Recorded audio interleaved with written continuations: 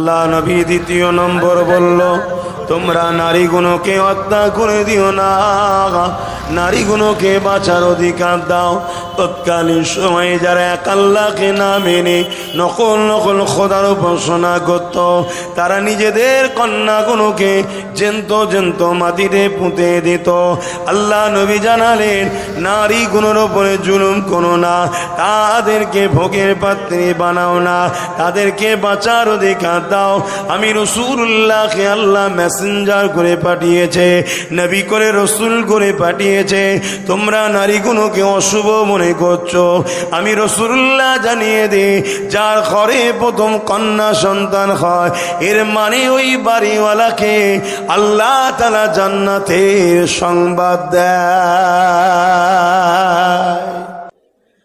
কেন ইসলাম মেসেজ দিয়েছে, কারো ঘরে যদি একটা দুটো তিনটে পুত্র সন্তান হয়, ওই বাপটা জান্নাতে যাবে কি যাবে না, এই মেসেজ কিন্তু ইসলাম দেয়নি।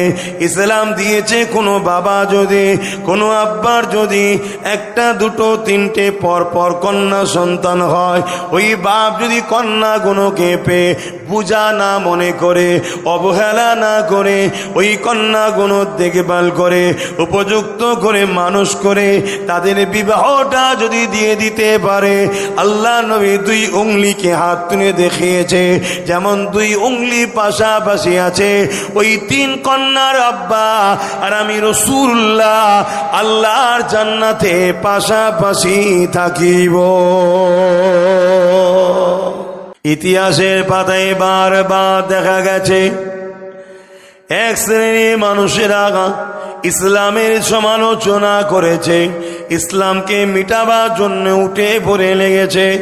কারণটা যদি আমার রাসূলুল্লাহ জীবনীর দিকে একটু দেখে, তাহলে উদাহরণটা কারণটা বোঝা যাবে। আমার নবী পাক যখন মক্কা জমিনে আসলো, আল্লাহ নবী যখন তাদেরকে বলতে লাগলো, লা ইলাহা ইল্লাল্লাহ আনা মুহাম্মাদুর রাসূলুল্লাহ, ওই সময় মক্কা যারা এক আল্লাহ না মেনে নকল খোদা মানত, তারা আমার রাসূলুল্লাহর বিরুদ্ধে চলে গেল। তাদের মধ্যে থেকে আবু জেহেল উতবা সাইবা দেখলো, মুহাম্মদ রাসূলকে যদি রুকা না যায়, তাহলে আমাদের মিথ্যা খোদা যে অনুসারী করি, এই গুণ সমাজে বন্ধ হয়ে যাবে। আল্লাহ নবী সমাজকে বোঝাতে লাগলো, তোমরা মা বাপের ওপরে জুলুম কষ্ট দিও না। মা হলো জান্নাত, বাপ হলো জান্নাতের দরজা।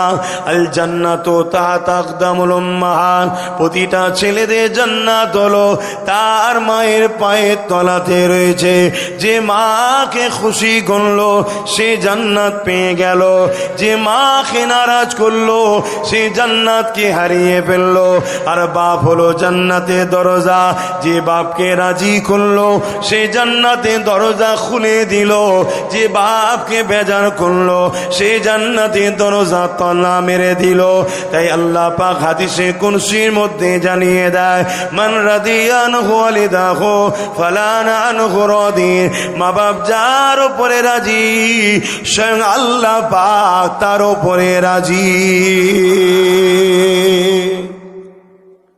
যারা মা বাপকে বৃদ্ধা আশ্রমে দিয়া পছন্দ করে, তারা কি চাইবে ইসলাম থাক, ইসলাম প্রচারক? কথা বলছে না তো। ইসলামের ঘরে জন্ম নিলেই যে ইসলামের হবে এমন তো কথা নয়, আর ইসলামের ঘরে জন্ম না হলেই যে ইসলামের দুশ্মন হবে এমনটাও কথা নয়। যারা মা বাপকে পছন্দ করে না, মা বাপকে বৃদ্ধা আশ্রমে দিয়া পছন্দ করে, বাপ যারা বৃদ্ধা আশ্রম তৈরি করে ব্যবসা করা পছন্দ করে, তারা কি চাইবে ইসলাম থাক? তৎকালীন সময়ে তো যারা মা বাপের বিরোধী ছিল, তারা রাসূলুল্লাহর বিরুদ্ধে লেগে গেল। এক কথায় আল্লাহ নবী যখন ইনসাফের কথা বলে, যারা বেইনসাফির পক্ষে ছিল, আবু জেহেল, উতবা, সাইবা, তাদের চালা চামটা গুন্ডা বাহিনী সবাই আমার রাসূলুল্লাহর বিরুদ্ধে লেগে গেল। আল্লাহ নবী গরিবের পক্ষে কথা বলল। যারা গরিবদেরকে শোষণকারী ছিল তারা আমার রাসূলুল্লাহর বিরুদ্ধে লেগে গেল। আল্লাহ নবী এতিমের হকের কথা বলল। যারা এতিমদেরকে বঞ্চিত করত তারা আমার রাসূলুল্লাহর বিরুদ্ধে লেগে গেল। আল্লাহ নবী নাই সত্য, ইনসাফ, ইনসানিয়া, মানবতার কথা যখন বলতে লাগলো, যারা আমার রাসূলুল্লাহর বিরুদ্ধে তারা লেগে গেল, যারা মানবতাকে ধ্বংস করে দিয়ে সন্ত্রাস, জঙ্গল রাজ তৈরি করে দিয়েছিল।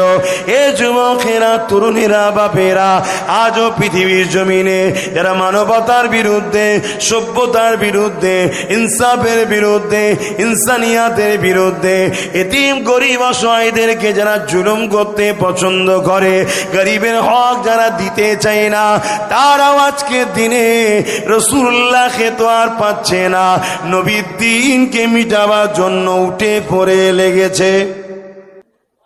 কিন্তু আমি আপনাদেরকে আবার বলে যাই, ইসলামের বিরুদ্ধে যুগে যুগে যারাই লেগেছে আল্লাহ তাদেরকে মিটিয়ে দিয়েছে।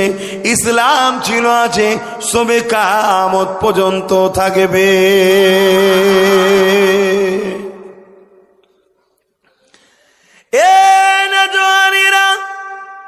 আল্লাহ নবী অনেক কষ্ট করে দ্বীন ইসলামকে তোমার আমার কাছে দিয়ে গেছে।